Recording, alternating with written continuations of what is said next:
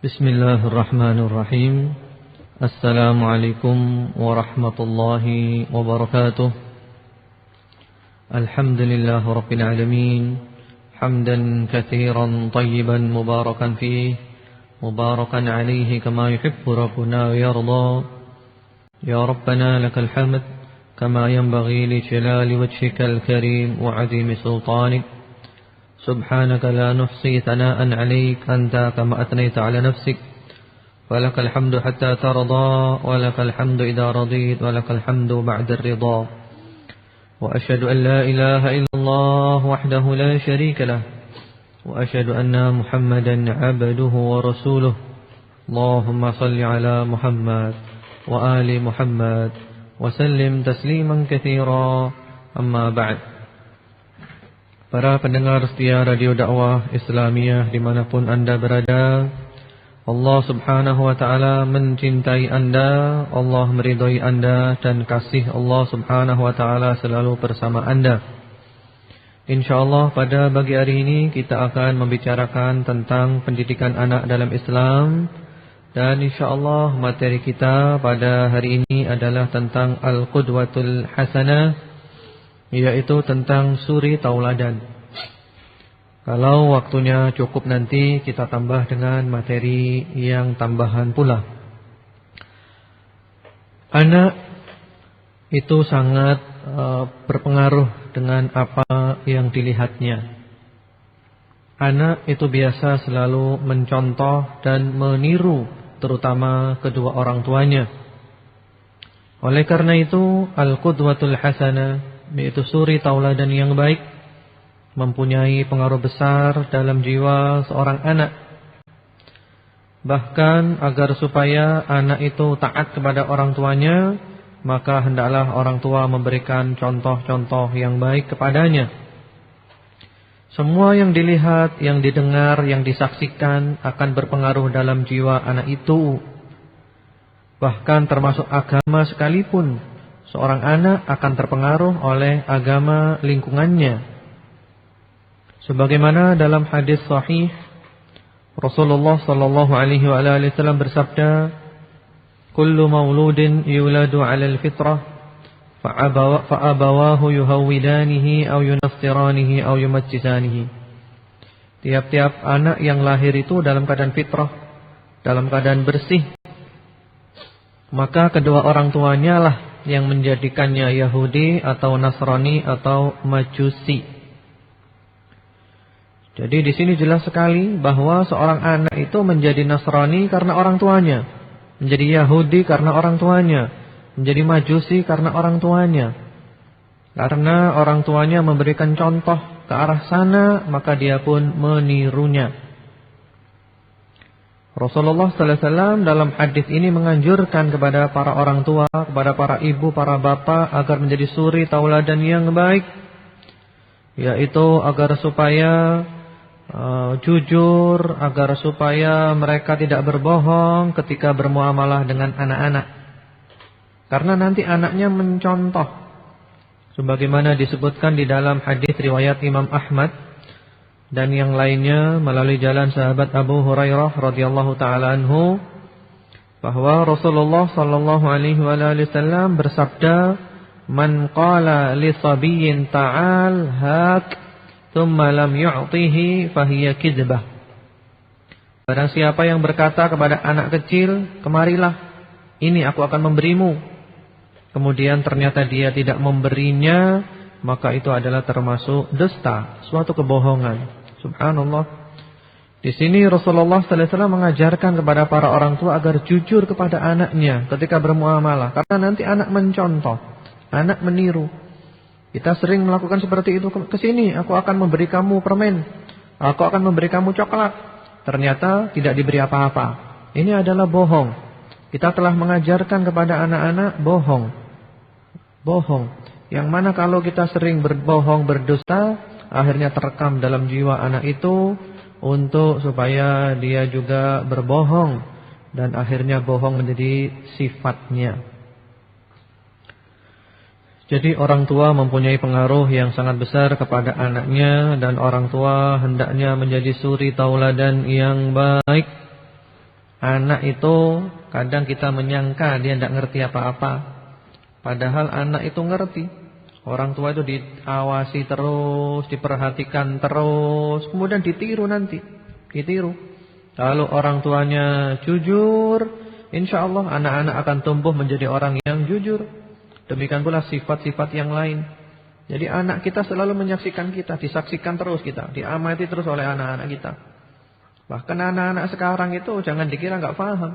Kadang kita menyangka, oh nggak ngerti dia nggak ngerti. Padahal dia ngerti. Ternyata kepahaman dia di atas yang kita sangka. Kita kadang menyangka, oh nggak ngerti dia nggak paham, nggak apa-apa. Subhanallah, ternyata di luar dugaan dia mengerti, dia paham. Dan semuanya terekam dalam jiwanya. Kalau yang baik-baik, alhamdulillah akan mengeluarkan yang baik-baik pula. Kalau yang tidak baik, maka akan mengeluarkan yang tidak baik pula. Hal ini pula yang pernah terjadi kepada sahabat Abdullah ibnu Abbas radhiyallahu taala anhuma, sebagaimana dalam riwayat Bukhari rahimahullahu taala. Ketika itu sahabat Abdullah bin Abbas menginap di rumah Rasulullah sallallahu alaihi wasallam dengan istri Rasulullah Maimunah. Maimunah ini adalah khalah, yaitu bibi daripada sahabat Abdullah ibnu Abbas. Rasulullah sahabat ibnu Abbas menginap di sana pada suatu malam. Subhanallah, pada malam itu Rasulullah sallallahu alaihi wasallam bangun. Dan ternyata bangunnya Rasulullah sallallahu alaihi wasallam ini diperhatikan terus oleh sahabat Abdullah bin Abbas. Diperhatikan. Rasulullah bangun kemana? Ternyata Rasulullah sallallahu alaihi wasallam bangun mengambil air wudu, lalu beliau berwudu. Setelah beliau berwudu, kemudian beliau sholat. Dan Allah langsung tanpa banyak bicara, sahabat Abdullah bin Abbas ini bangun juga, ambil air wudu. Sebagaimana wudu yang telah dicontohnya dari Rasulullah sallallahu alaihi wasallam. Kemudian dia sholat di samping Rasulullah sallallahu alaihi wasallam. Subhanallah. Waktu itu sahabat Ibnu Abbas masih kecil, masih anak-anak. Jadi dia mencontoh sifat wudu Rasulullah sallallahu alaihi wasallam. Dia meniru sifat salat Rasulullah sallallahu alaihi wasallam, yang dilihatnya, yang diperhatikannya, yang didengarnya, ditirunya. Itulah suri tauladan. Suri tauladan yang baik ini sangat penting dan sangat berpengaruh dalam jiwa anak-anak atau pada jiwa anak-anak. Sekarang kalau orang tuanya saja tidak sholat, orang tuanya tidak sholat, nah ini bahaya. Nanti anak-anak itu kasihan, apalagi anak kecil. Lihat bapaknya tidak sholat, lihat ibunya tidak sholat, nanti anak-anak nanti tidak sholat. Apalagi ketika orang tuanya nyuruh, ayo nak sholat nak. Nanti anak itu bantah. Lah bapak tidak sholat, lah ibu tidak sholat. Subhanallah. Kita mau bilang apa kalau seperti itu? Demikian pula biasanya para orang tua melarang anaknya merokok, tapi orang tuanya ngerokok. Ayo jangan ngerokok. Lah bapak ngerokok, lah ibu juga seperti itu. Suri tauladan. Jadi anak-anak itu selalu mengawasi semua perbuatan kita. Sampai ada kisah yang menarik diriwayatkan oleh diriwayatkan oleh Abu Dawud radhiyallahu taala anhu melalui jalan Abdullah bin Abi Bakrah. Abdullah bin Abi Bakrah waktu itu masih kecil. Beliau masih kecil. Dan subhanallah, apa yang diucapkan oleh ayahnya tiap-tiap pagi dan tiap-tiap sore selalu didengarkan. Tiap-tiap pagi dan sore ayahnya selalu membaca doa zikir pagi, zikir sore. Di antaranya Allahumma afini fi badani, Allahumma afini fi sam'i, Allahumma afini fi basari. Seperti itu. Sang anak mengawasi terus, memperhatikan terus. Ayahnya membaca itu pagi 3, sore 3. Sampai nanti akhirnya anaknya bertanya, ya abati, asma'uka taqulu kulla ghadah, Allahumma afini fi badani, Allahumma afini fi sam'i, Allahumma afini fi basari, la ilaha illa anta, tukarriruha thalathan hina tusbihu wa thalathan hina tumsi. Wahai ayah, kenapa aku selalu mendengar ayah mengucapkan doa tersebut pada waktu pagi, pada waktu sore? Ayah mengulangnya masing-masing 3 kali. Kenapa wahai ayah? Kemudian ayahnya menjawab, ya bunayya, inni sami'tu Rasulullah sallallahu alaihi wasallam yad'u bihinna, fa ana uhibbu an astanna bi sunnatihi. Wahai putraku, aku telah mendengar Rasulullah sallallahu alaihi wasallam tiap pagi dan sore selalu berdoa dengan doa-doa tersebut. Maka aku pun ingin mencontoh beliau, ingin meniru sunnah beliau dengan membacanya pada waktu pagi dan sore. Kita perhatikan anak ini, Abdullah bin Abi Bakrah radhiyallahu ta'ala, dia perhatikan ayahnya terus tiap hari sehingga dia bertanya. Jadi para orang tua, para bapak, para ibu, kalau ingin mempunyai anak-anak yang soleh, maka hendaklah mereka memberi contoh dengan contoh-contoh yang baik, dengan mengerjakan perintah-perintah Allah dan Rasulnya sallallahu alaihi wasallam, berjalan mengamalkan semua yang diajarkan oleh Al-Quran was sunnah Rasulullah sallallahu alaihi wasallam. Karena kita jangan sampai lengah, kita perlu hati-hati, kita jangan pernah lupa anak-anak kita menyaksikan kita terus, memperhatikan kita terus pada waktu pagi dan sore. Seperti tadi kan Abdullah bin Abi Bakrah bilang, wahai ayah, saya dengar ayah selalu baca doa ini pagi dan sore. Berarti anak ini selalu memperhatikan, pagi sore diperhatikan terus orang tuanya. Kemudian timbullah pertanyaan. Jadi di sini bahwa anak-anak itu ternyata selalu memperhatikan kita tanpa kita menyadarinya. Bahkan kadang kita menyangka anak-anak itu enggak paham, ternyata mereka di luar dugaan kita, mereka sangat paham dan mereka sangat mengerti.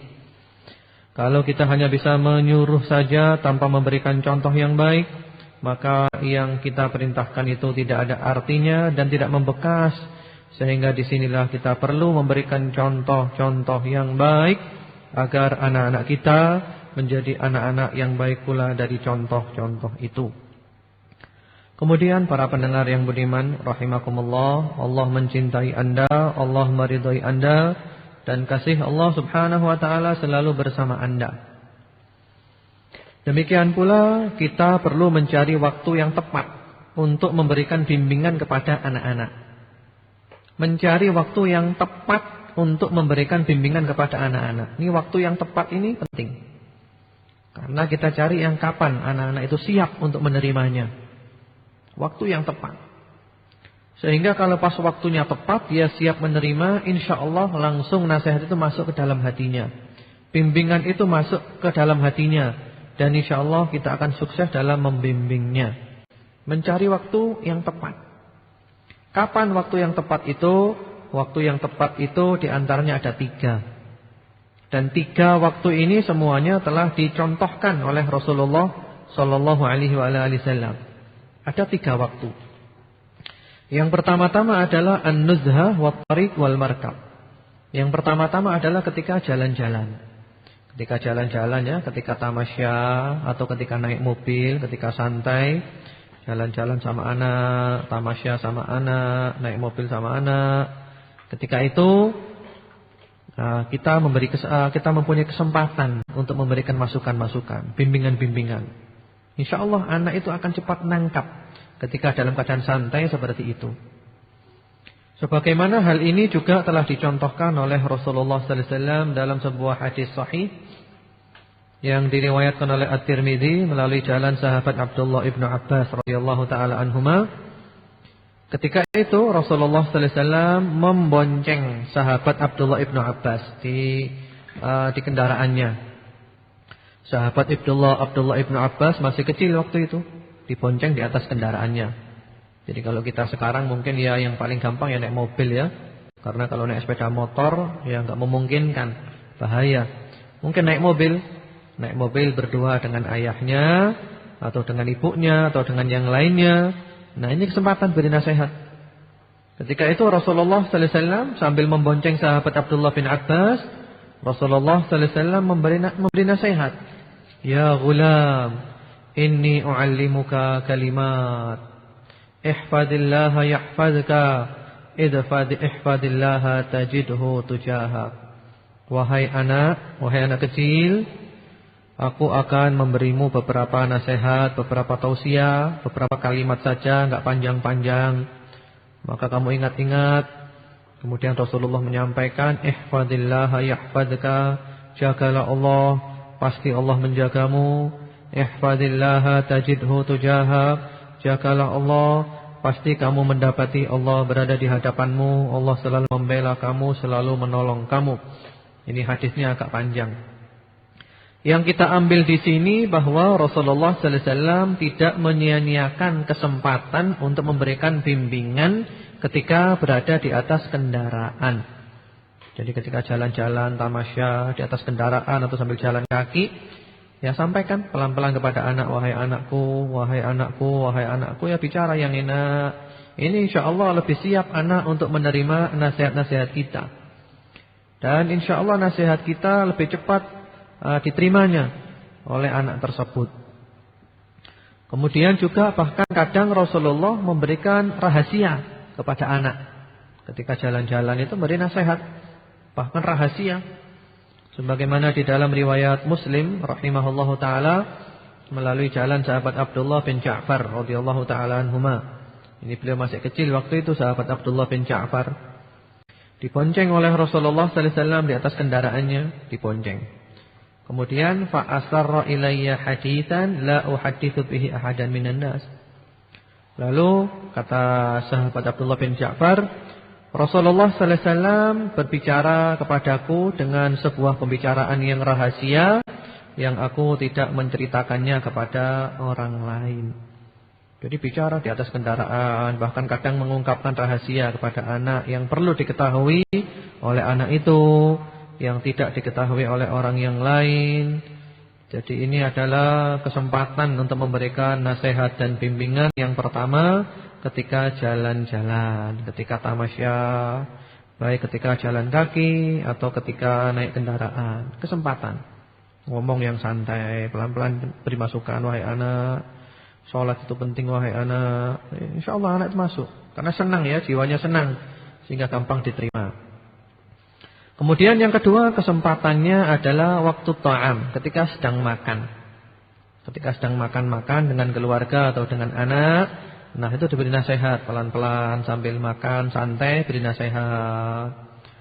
Sebagaimana hal ini juga telah dicontohkan oleh Rasulullah sallallahu alaihi wasallam, diriwayatkan oleh Imam Bukhari dan juga oleh Imam Muslim rahimahumallahu taala melalui jalan sahabat Amr bin Abi Salamah radhiyallahu taala anhuma. Waktu itu Amr bin Abi Salamah ini anak kecil yang berada dalam asuhan Rasulullah sallallahu alaihi wasallam. Ketika makan bareng bersama-sama Rasulullah sallallahu alaihi wasallam, ternyata Umar bin Abi Salamah ini tangannya kemana-mana, ngambil makanan sebelah sana, ngambil makanan sebelah sana, seperti itu. Lalu oleh Rasulullah sallallahu alaihi wasallam diberikan bimbingan ketika sedang makan. Rasulullah sallallahu alaihi wasallam mengatakan, "Ya ghulam samillah wa qul bi yaminik wa qul mimma yali." Wahai anak, hendaklah kamu kalau mau makan baca bismillah. Kemudian hendaklah kamu makan dengan tangan kanan, dan hendaklah kamu memakan yang dekat-dekat. Jangan tanganmu ke sana kemari, kamu makan yang dekat-dekat.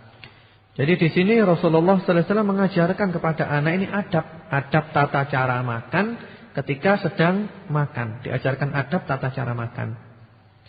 Lalu sahabat ini Amr bin Abi Salamah ini mengatakan famazalat ta'amati ba'd. Maka semenjak saat itu saya kalau makan selalu mengikuti tata cara yang telah diajarkan oleh Rasulullah sallallahu alaihi wasallam tersebut. Baca bismillah, makan dengan tangan kanan, dan mengambil dari yang dekat-dekat, tidak yang jauh-jauh. Jadi ini kesempatan untuk memberikan pengajaran kepada anak. Yang kedua, yaitu ketika sedang makan. Nah, makan kan santai ya, sambil ngobrol, berikan nasihat, berikan masukan. Ya bicara apa aja yang sesuai dengan akalnya. Mau bicara akidah silakan. Mau bicara ibadah, mau bicara sholat, mau bicara apa silakan. Mau bicara tentang teman-temannya, pelajaran sekolahan, silakan waktu makan sambil santai. Kemudian waktu yang ketiga, ini kesempatan yang tepat untuk memberikan bimbingan kepada anak-anak adalah waktu maradit tifl, ketika anak itu sakit. Jadi ketika anak sakit, sambil orang tua itu di dekatnya, mengelus-ngelusnya, menunjukkan sifat sayangnya, sambil anak itu dinasehati. Karena biasanya penyakit itu, orang yang sakit itu hati-hati yang keras, hati yang kasar, hati yang sombong. itu menjadi lembut semuanya.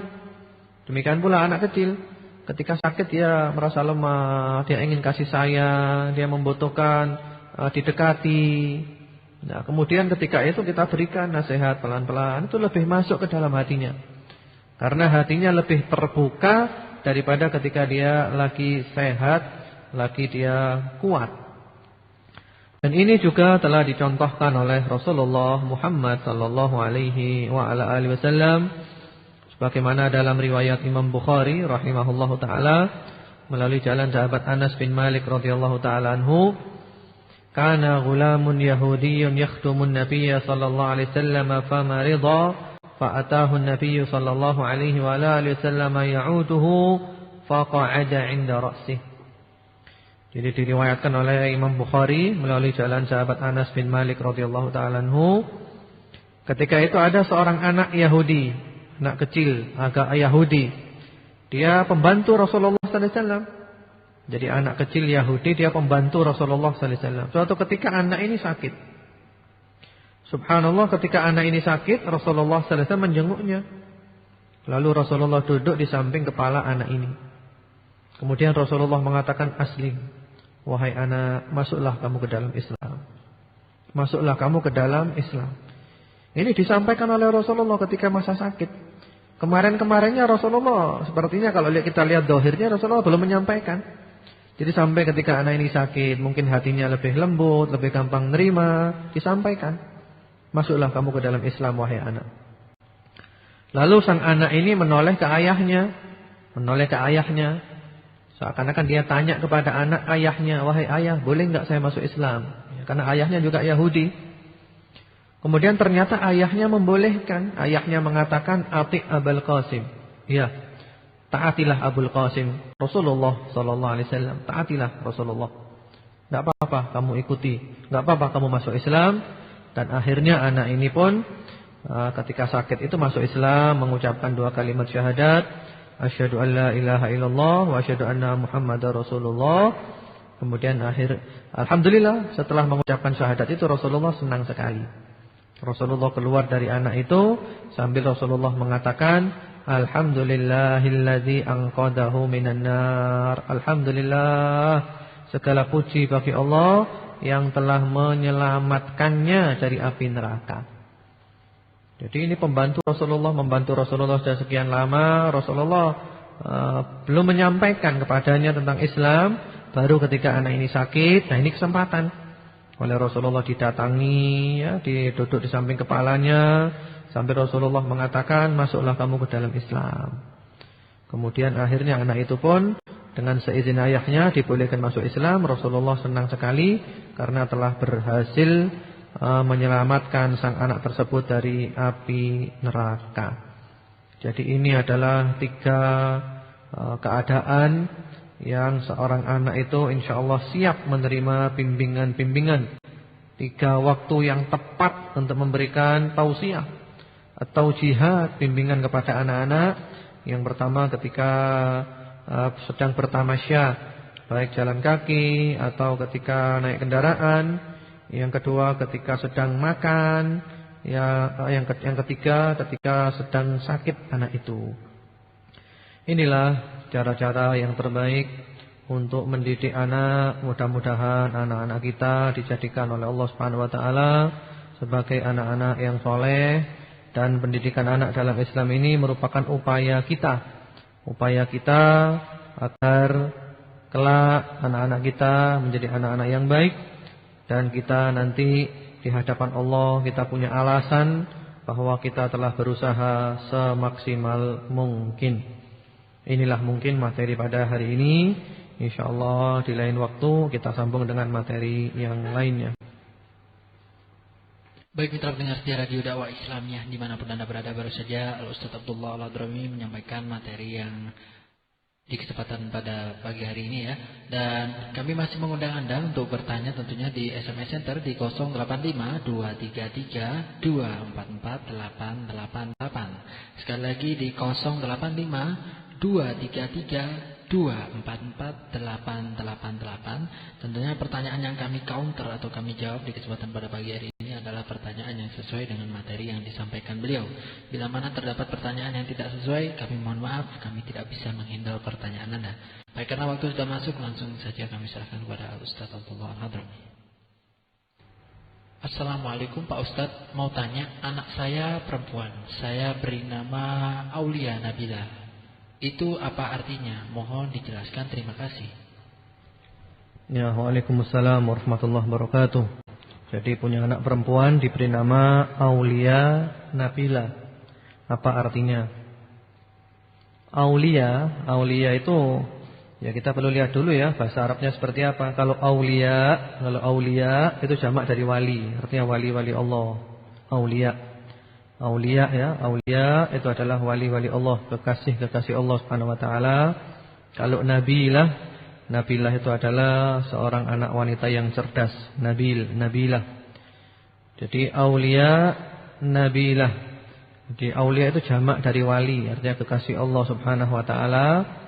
Kalau Nabilah itu artinya seorang anak wanita yang cerdas. Jadi kita dianjurkan memberikan kepada anak-anak kita nama-nama yang baik, karena anak-anak kita nanti oleh Allah Subhanahu wa taala dipanggil dengan nama-namanya dan nama-nama orang tuanya.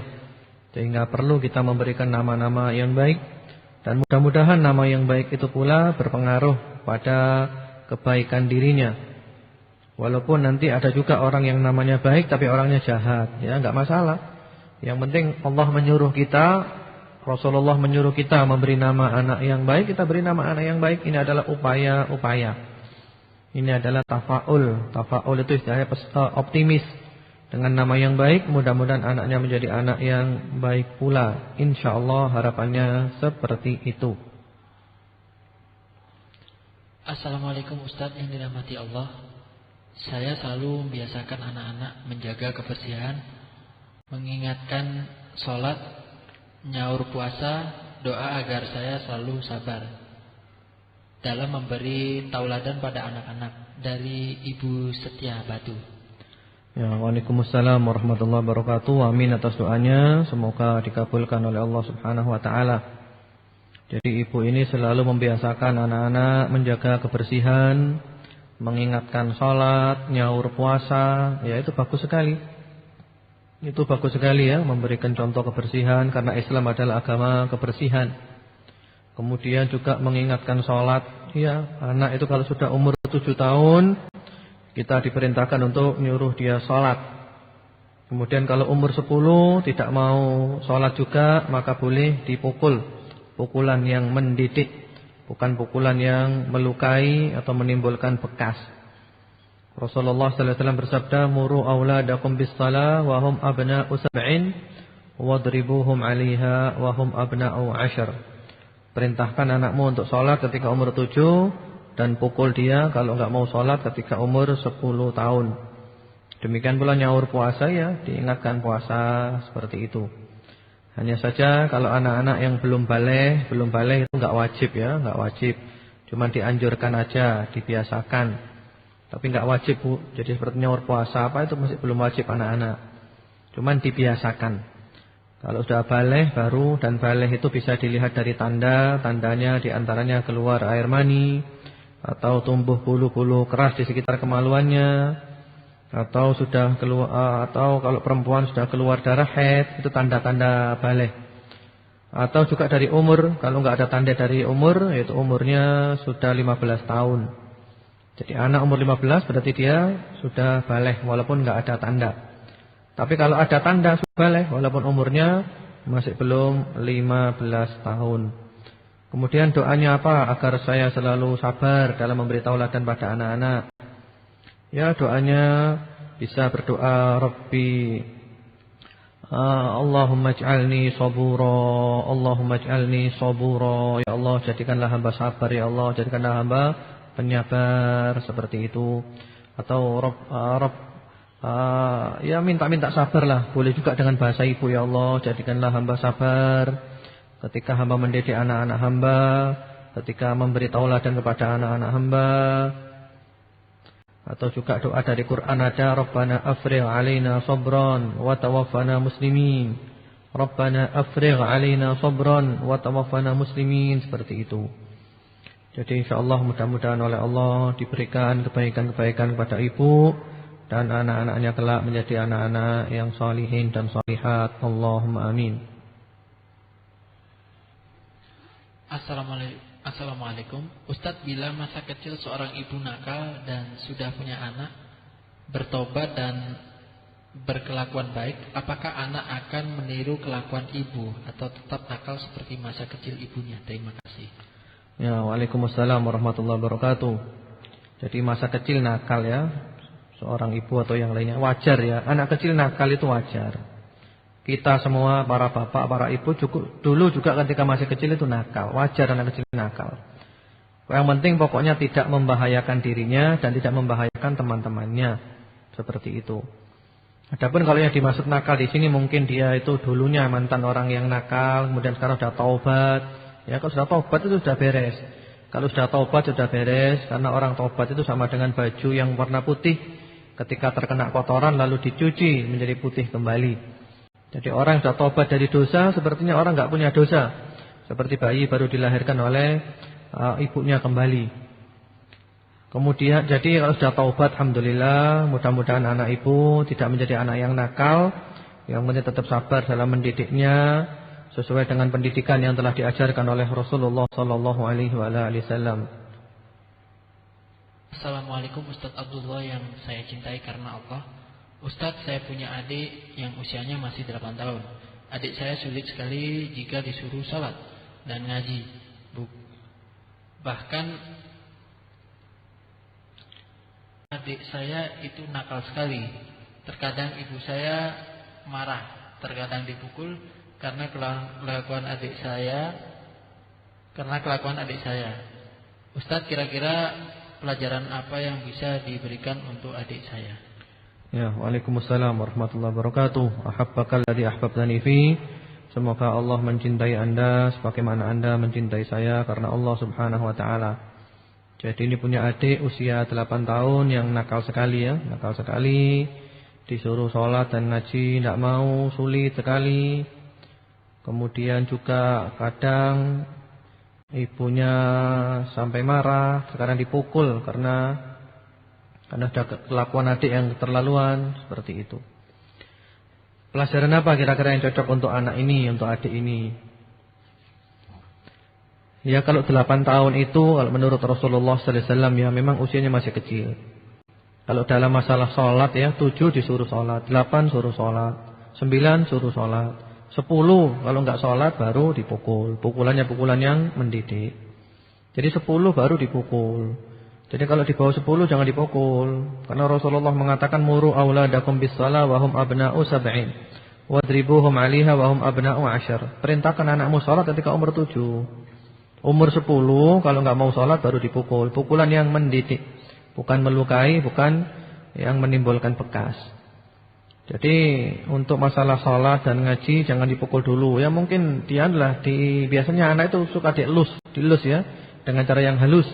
Dengan cara yang halus, dirayu-rayu. Atau bahkan kalau perlu anak itu diberi door prize. Kalau kamu nanti sholat, kamu nanti ngaji, kamu nanti dapat hadiah ini, dapat hadiah itu, tidak apa-apa, itu boleh. Karena memang yang namanya anak itu ya senang dengan hadiah-hadiah seperti itu. Jadi cara yang terbaik seperti itu, apalagi anak sekarang. Anak sekarang itu kalau dikerasi tambah keras, tidak bisa. Anak sekarang berbeda dengan anak dulu. Anak dulu kalau dipukul taat, nurut, jadi anak pinter. Kalau anak sekarang dipukul ngelawan, nantang, enggak mau nurut tambahan. Jadi cara yang terbaik adalah dengan cara yang halus, diberi hadiah, diberi door prize, diberi motivasi seperti itu. Sambil jangan lupa berdoa kepada Allah Subhanahu wa taala, mudah-mudahan adik Anda itu menjadi anak yang saleh di kemudian hari insyaallah. Ustadz, saya ingin tanya, apa betul kalau ada takbiran kambing nangis sebab dia tahu mau disembelih? Dan aku ingin tanya lagi, apa betul orang kalau habis sholat subuh minum air putih tanpa makan apa-apa, kalau sakit gak ada obatnya? Ya, jadi ini pertanyaannya di luar materi ya, tapi tidak apa-apa sudah. Jadi apa betul kalau ada takbiran kambingnya nangis sebab dia tahu mau disembelih? Wah, ini kita tidak tahu ini. Ini perlu kita tanyakan kepada kambingnya sendiri ini. Ini kita sebagai manusia tidak tahu. Ini perlu ditanyakan ke kambingnya langsung, ya. Yang jelas pokoknya tidak boleh kita nyembelih kambing di depan kambing yang lain, tidak boleh. Jadi kita tidak boleh nyembelih kambing di depan kambing yang lain, tidak boleh. Karena kambing itu paham nanti lihat pisau, lihat darah, nah, itu nanti dia bisa stres nanti. Itu dilarang oleh Rasulullah sallallahu alaihi wasallam. Jadi jangan boleh dia lihat temannya yang disembelih. Seperti itu. Adapun mengenai takbiran dia nangis yang lainnya, wallahu a'lam. Itu tidak ada keterangannya. Kemudian ini pertanyaan sering diajukan ya, apa betul kalau habis sholat subuh minum air putih tanpa makan apa-apa, kalau sakit nggak ada obatnya? Nah, itu tidak ada, itu tidak ada. Jadi habis subuh mau minum air putih silakan, mau makan kurma silakan, mau minum madu silakan. Tidak ada keterangan seperti itu. Kalau bangun subuh minum air putih nanti kalau sakit nggak ada obatnya, tidak ada ya seperti itu, tidak ada. Pak Ustadz, saya punya anak usia 11 tahun tapi jiwanya kayak anak TK. Gimana caranya mendidik cepat dewasa? Terima kasih penjelasannya. Pengirim Pak Nardi, Malang. Ya, jadi ini punya anak usia 11 tahun tapi jiwanya kayak anak TK. Gimana caranya mendidik cepat dewasa? Dari Pak Nardi di Malang. Wah, untuk yang seperti ini Pak, jadi untuk anak-anak yang seperti ini sebaiknya Bapak konsultasi dengan biasanya ya ada sekolah luar biasa biasanya ya. Dan nggak usah malu, nggak apa-apa ditanyakan ke sana. Tentu sekolah dipilih yang kualitas yang bagus, yang perhatian kepada anak-anak, itu tidak apa-apa. Tanyakan ke sana, insya Allah nanti mereka bisa memberikan solusi kepada Bapak. Bagaimana cara mendidik anak yang terbaik ketika anak itu ada kelainan jiwa seperti ini. Jadi nggak usah malu. Karena juga banyak orang-orang yang seperti itu, banyak sekali. Ada orang yang punya anak autis, anaknya itu autis ya. Seperti itu. Jadi nggak usah malu yang seperti itu. Apa arti nama anak saya? Muhammad Naufal Azam dan Sabitah Jamilah. Ya. Jadi nama itu sebaiknya nama satu saja, jangan nama banyak-banyak. Seperti Muhammad Naufal Azam, itu sebenarnya nama 3 orang itu. Kemudian Sabitah Jamilah, itu namanya 2 orang. Jadi nama itu satu saja, Muhammad Naufal Azam. Ya diambil Azam saja, Naufal saja, Muhammad saja. Kemudian Sabitah Jamilah, salah satunya Sabitah saja, Jamilah saja. Jadi nama-nama yang Islam itu satu, enggak banyak-banyak seperti itu. Ya kalau Muhammad jelas artinya terpuji ya, Muhammad jelas terpuji artinya terpuji. Kemudian kalau Naufal itu nanti perlu dilihat lagi makna yang sebenarnya apa. Kalau Azam itu artinya yang punya tekad. Anak yang punya tekad yang kuat, tekad yang bulat, Azam. Kemudian kalau Sabitah itu yang sabit, jadi yang tegar, yang tegak, yang kokoh, sabit. Asluha sabitun wa far'uha fis sama, jadi tegar, kokoh. Kemudian kalau Jamilah itu adalah yang cantik, Jamilah cantik. Jadi itu nama-nama yang bagus. Kemudian juga nama-nama yang lebih baik lagi adalah nama-nama para nabi, nama-nama orang soleh, nama-nama para sahabat Rasulullah sallallahu alaihi wasallam dan yang lainnya. Ya. Baik, pendengar setia, kami masih mengundang Anda untuk ber-SMS di kesempatan pada kajian pada pagi hari ini. Dan sembari menunggu mungkin Ustaz akan menambahkan sedikit materi di kesempatan pada pagi hari ini, sehingga mungkin bisa menambah manfaat tentunya. Baik, SMS yang baru saja masuk. Assalamualaikum, apakah haram kita makan kue acara Natal dan silaturahmi ke rumahnya karena orang tua adik beragama Kristen? Assalamualaikum. Ya, waalaikumsalam warahmatullahi wabarakatuh. Jadi kalau memang kue itu adalah kue Natal ya, kuenya kue Natal itu haram dimakan. Kenapa kok haram? Karena kue itu adalah kue untuk acara-acara yang mengandung unsur syirik. Acara-acara non-muslim. Demikian pula silaturahmi ke rumahnya orang Nasrani. karena dia adalah orang tua adik kita, ya, tetap tidak boleh. Jadi urusan duniawi tetap baik, wa sahibhuma fid dunya ma'rufa. Nah, kalau urusan agama, maka kita dilarang untuk toleransi dalam agama, tidak ada. Lakum dinukum waliyadin, bagimu adalah agamamu dan bagiku adalah agamaku. Karena mereka adalah al-kafirun. Qul ya ayyuhal kafirun. Jadi Anda dengan mereka hubungan dalam masalah duniawi tetap baik, tapi kalau sudah masalah agama tidak boleh ikut campur, termasuk mengucapkan selamat hari Natal dan semisalnya, itu semua adalah dilarang.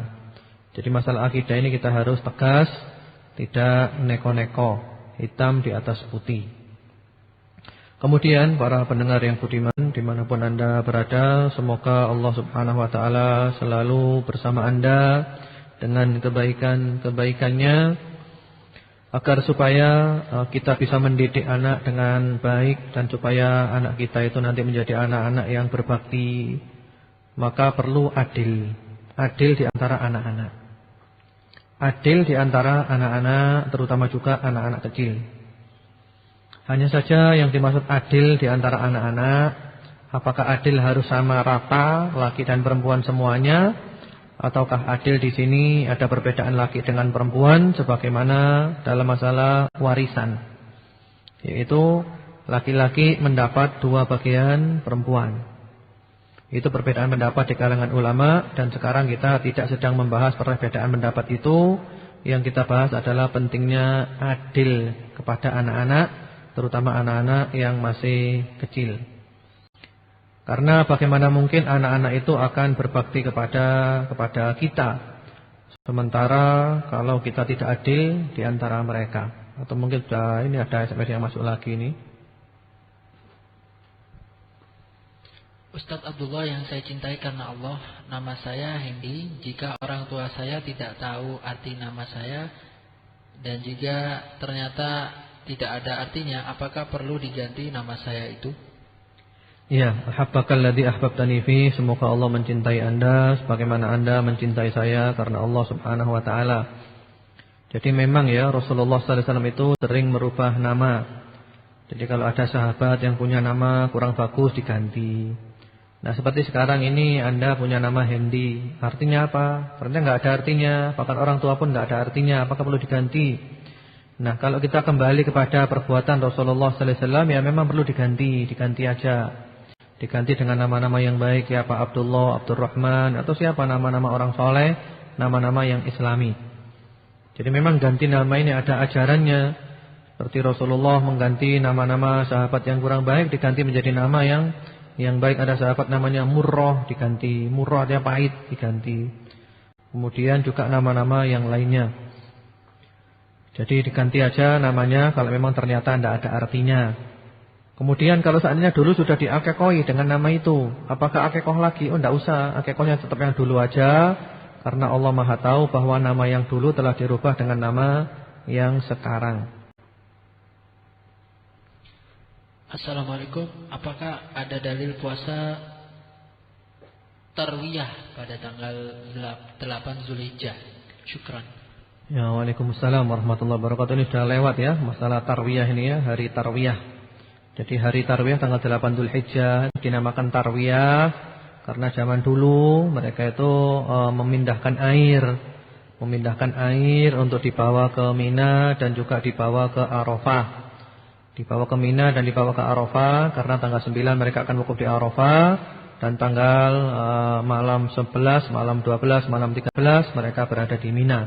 Sehingga dinamakan tarwiyah. Jadi memberikan minum, memberikan air seperti itu. Adapun kalau puasa tanggal 8 itu hadisnya tidak ada. Yang ada tanggal 9 puasa Arafah. Tapi kita juga dianjurkan memperbanyak puasa pada 9 hari pertama. Yang sempurna adalah puasa 9 hari.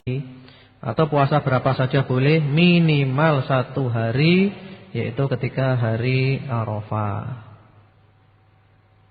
Assalamualaikum Ustadz, maaf keluar materi. Ustadz, sebenarnya ada tidak salat Qobliyal Maghrib? Karena teman saya bilang tidak ada riwayatnya.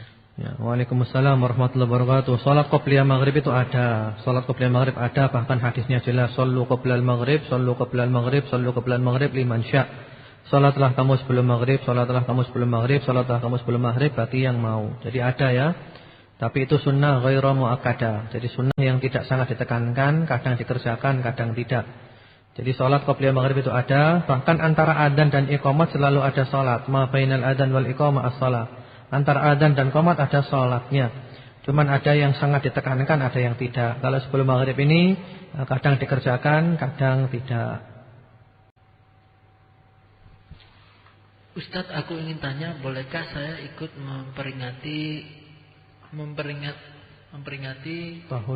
Tahun baru. Trompetan muter sedangkan saya Islam. Iya. Jadi ini pertanyaan tentang memperingati tahun baru ya. Dengan trompetan muter-muter boleh apa enggak? Nah ini tahun baru, tahun barunya siapa? Tahun baru bukan tahun baru kita, tahun barunya orang kafir itu. Apalagi trompet adalah syiarnya Yahudi, trompet itu. Jadi trompet syiarnya Yahudi. Apalagi muter-muter. Ada apa malam-malam muter-muter? Tidur malam itu, enggak usah muter-muter. Nah, itu sudah ngantuk, muter-muter di alun-alun di mana enggak usah, mengantuk tidur, nanti malam bangun sholat tahajud begitu. Jadi tasyabuh itu ya, itu tasyabuh niru orang kafir. Rasulullah sallallahu alaihi wasallam bersabda, "Man tasyabbaha biqaumin fahuwa minhum." Pada siapa yang menyerupai suatu kaum, maka dia golongan dari kaum itu. Jadi kita tidak usah memperingati tahun baru, tahun baruan, enggak usah trompet-trompetan, enggak usah muter-muteran. Di rumah aja seperti biasa, kalau ngantuk ya tidur, nanti malam bangun salat malam, subuh ke masjid salat subuh. Insyaallah hidup bahagia dunia akhirat. Assalamualaikum Ustadz, gimana sikap seorang kakak seharusnya yang adiknya selalu merasa iri? Jazakumullah. Ya, Waalaikumsalam warahmatullahi wabarakatuh. Jadi ini kakak ya, adiknya selalu iri. Bagaimana sikapnya? Nah sekarang iri itu karena apa? Ada sebabnya apa enggak? Jadi ketika adik itu iri ada sebabnya apa enggak? Kalau memang ada sebabnya, ya kita hilangkan sebab itu. Kalau memang enggak ada sebabnya, bawaannya iri terus, ya kita sabar sambil dijelaskan kepada adik itu, enggak usah kita marah, sabar aja. Itulah memang dunia itu seperti itu. Kadang ada orang yang iri, dengki, ada orang cinta, ada orang benci. Yang penting pokok kita harus selalu nyambung tali silaturahim, adikmu sayangi, ya didekati, diajak bicara baik-baik seperti itu, sehingga diharapkan sifat irinya itu hilang. Kemudian juga perlu diberi hadiah. Kalau Anda punya kelebihan apa, beri hadiah. Karena insya Allah dengan hadiah itu akan timbul saling cinta, sehingga diharapkan nanti dia tidak iri lagi. Assalamualaikum Ustadz, bagaimana cara menasihati anak nakal udah SMA? Kalau saya nasihati, dia selalu minta dalil dari apa yang saya sampaikan. Padahal saya bukan orang pondokan, jadi gak banyak tahu tentang dalil. Iya. Jadi waalaikumsalam warahmatullahi wabarakatuh. Ini nasihati adiknya ya. Nasihati adiknya sudah SMA, anak nakal ya, sudah SMA. Kalau dinasihati selalu minta dalil, mana dalilnya? Ya. Sebenarnya masalah itu ada beberapa macam. Ada masalah yang tanpa dalil pun orang paham. Kebaikan itu tanpa dalil pun insya Allah orang paham. Hati nurani sudah tahu ini adalah baik, ini adalah buruk. Akhlak yang jelek itu adalah jelek tanpa dalil pun semua orang tahu itu adalah jelek. Akhlak yang baik semua orang tahu itu adalah akhlak yang baik, tanpa dalil pun itu adalah akhlak yang baik. Kecuali kalau Anda mengatakan kepada dia tentang hukum, kamu harus gini, kamu harus gitu, hukum ya. Kemudian dia minta dalil, mana dalilnya? Nah, itu tidak masalah, carikan dalil. Kalau tidak paham tanyakan ustaz atau siapa, masalah ini dalilnya apa, nanti diberitahu. Kalau memang masalahnya sudah masuk kepada masalah-masalah hukum seperti itu. Tapi kalau bukan masalah-masalah hukum, ya masalah kebaikan, jangan berlaku kasar kepada orang tuamu, hendaklah kamu baik kepada keluargamu, itu tanpa dalil sudah paham, semua sudah naluri itu, sudah fitrah. Jadi semuanya sudah paham. Assalamualaikum Ustaz, saya punya anak tapi diberikan pada istri pertama sama suami saya, katanya sebagai ganti anak yang meninggal. Bagaimana caranya saya ikhlas Ustaz? Dan apakah suami berdosa karena merampas hak saya? Ya, waalaikumsalam warahmatullahi wabarakatuh. Jadi ini punya anak, ternyata anaknya diberikan pada istri yang pertama. Jadi berarti suaminya punya istri dua ya. Yang pertama tidak punya anak mungkin ya, kemudian yang kedua punya anak, anak yang dari istri kedua diberikan kepada istri pertama. Kemudian sama suami katanya ini sebagai ganti anaknya yang meninggal. Nah, bagaimana cara ikhlas Ustaz, dan apakah suami berdosa karena merampas hak saya? Loh, ini suaminya itu merampas atau sudah bicarakan baik-baik? Kalau memang dia merampas ya tidak boleh, tidak dibenarkan dalam agama. Kecuali kalau sudah bicara baik-baik dengan Anda dan Anda ikhlas supaya anak ini diasuh oleh istri yang pertama, itu tidak masalah. Tapi kalau Anda tidak ikhlas ya tidak boleh. Itu adalah anak Anda. Yang punya hak untuk mengasuh anak itu adalah ibu. Karena ibu itu lebih dekat dengan anak-anaknya daripada bapaknya. Kecuali kalau ibunya enggak benar, maka bapaknya minta anaknya, tidak masalah. Itu kalau ibunya enggak benar. Kalau ibunya benar, lurus, ya biar diasuh anak ibunya. Karena ibu lebih dekat dengan anaknya. Jadi untuk masalah ibu ini lebih baik dibicarakan aja lagi, bicarakan lagi. Assalamualaikum warahmatullahi wabarakatuh. Semoga Allah selalu memberkati dan mencintai Ustaz. Ana mau tanya apa artinya dari nama Muhammad Alwi? Syukran jazakumullah khairan. Ya, waalaikumsalam warahmatullahi wabarakatuh. Amin. Atas doanya semoga dikabulkan oleh Allah Subhanahu wa taala. Jadi Muhammad Alwi artinya apa? Muhammad itu terpuji ya, kalau Alwi itu tinggi. Jadi Alwi, Ali itu tinggi. Jadi yang terpuji lagi yang tinggi, itu nama yang bagus sekali itu. Assalamualaikum warahmatullahi wabarakatuh. Anak saya 2. Nama Muhammad Zidan Taswirul Muttaqin Hadi Maulana. Yang nomor 2 Ahmad Zidni Ulamal Muttaqin Arif Billah. Apakah maknanya Ustaz? Iya. Waalaikumsalam warahmatullahi wabarakatuh. Jadi ini punya anak 2 ya. Namanya Masya Allah, ini panjang namanya. Yang pertama namanya Muhammad Zidan Taswirul Muttaqin Hadi Maulana. Panjang sekali ini Pak. Namanya orang berapa ini? 1, 2, 3, 4 5, 6. Namanya orang 6 jadi 1 itu, Masya Allah panjang sekali. Yang kedua Ahmad Zidni Ulumal Muttaqin Arif Billah. Ini juga namanya 1, 2, 3, 4, 5. Masya Allah panjang sekali namanya ya. Yang Muhammad itu artinya terpuji. Zidan itu artinya tambahan ya.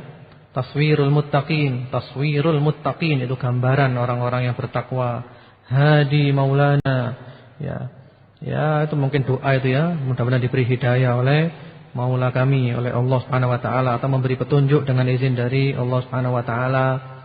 Kemudian yang kedua Ahmad Zidni, Ahmad ya terpuji, Zidni ulumal muttaqin, tambahlah untukku ilmu orang-orang bertakwa, arif billah, yang kenal kepada Allah Subhanahu wa taala. Masya Allah Pak, panjang sekali itu namanya Pak. Cuma disarankan nama itu tidak usah panjang-panjang, nama itu 1 saja cukup. Dan nama itu diusahakan yang mudah diingat, gampang diucapkan, enggak sulit seperti itu. Dan itulah yang dilakukan oleh Rasulullah sallallahu alaihi wasallam dan para sahabat. Jadi namanya bukan panjang-panjang sekali.